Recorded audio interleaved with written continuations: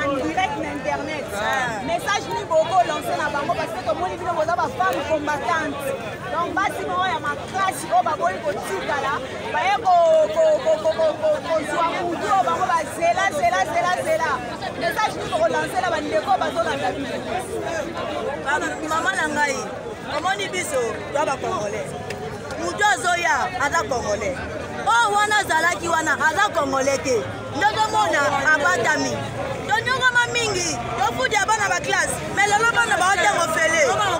Bana ba otengo fele. Na mbongo na biso, toza à l'aise. To banga ka liso loko te, to ba kimia. Atango to loba ye. Ana akanta ki foti beto ada maele. Foti beto maele. Ake na bose. Lelo bana tala, ana bosa na bakoka. Akokota na libusu. Akokota to. Coalition comme Sali apparemment c'est comme si vous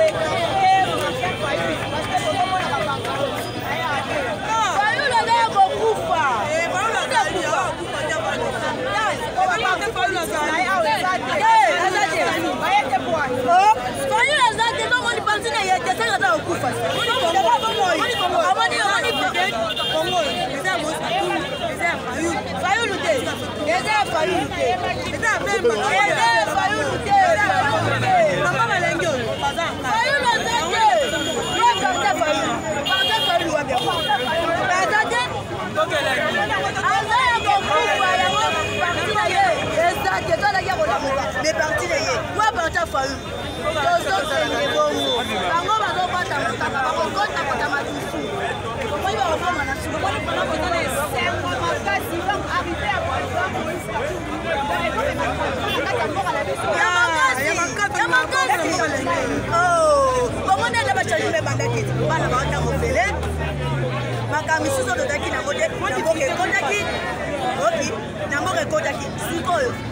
Ya zoya, makamu musuzo kezala te.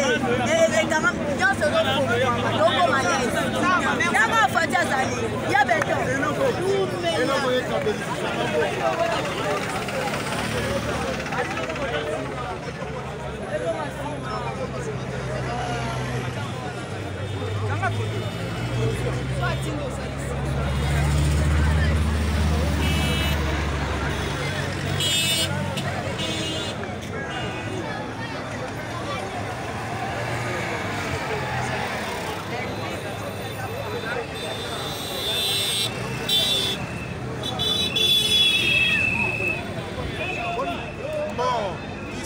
Je ne viens pas parler de la Mouka non plus. Moi, je viens parler du leader, de l'un des leaders de la Mouka, Moïse Katumbi, sur ce qui concerne sa vision. Donc, je viens parler de la vision de Moïse Katumbi et non de la vision de tous les leaders de la Mouka. Parce que chaque leader a sa vision. Étant dans la Mouka, mais chaque leader a sa vision.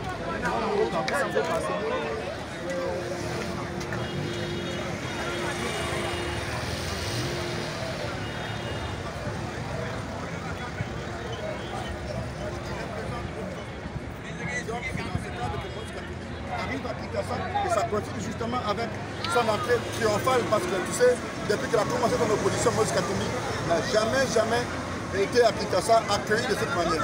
Et donc nous faisons de l'événement une double dimension. D'abord répondre à l'appel patriotique de l'État, mais aussi dire au peuple congolais, venir lui témoigner son soutien. Katumbi a fait 4 ans, 5 ans dehors, et vous avez vu les Congolais étaient aux côtés de lui. Ce combat que nous menons, qu'on a mené pour le 3e mandat, c'est Moïse Katumbi qui l'a lancé en disant à Kabila, son ami, en disant, mon cher ami, nous n'allons plus jamais accepter le 3e pénalty. Et on a confectionné un parlement avec les députés nommés. Aujourd'hui, ce parlement ou cette coalition, entre guillemets, a montré ses limites. Nous devons et nous devons avoir le courage de dire que cette coalition a échoué. Il faut reconfigurer l'Assemblée nationale, il faut reconfigurer la coalition au pouvoir.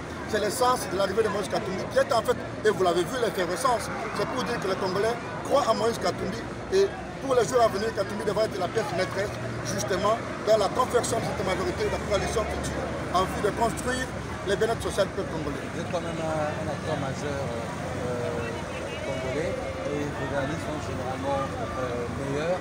Qu'est-ce que vous pouvez faire comme analyse, d'autant plus que Jean-Pierre Bemba participe aux consultations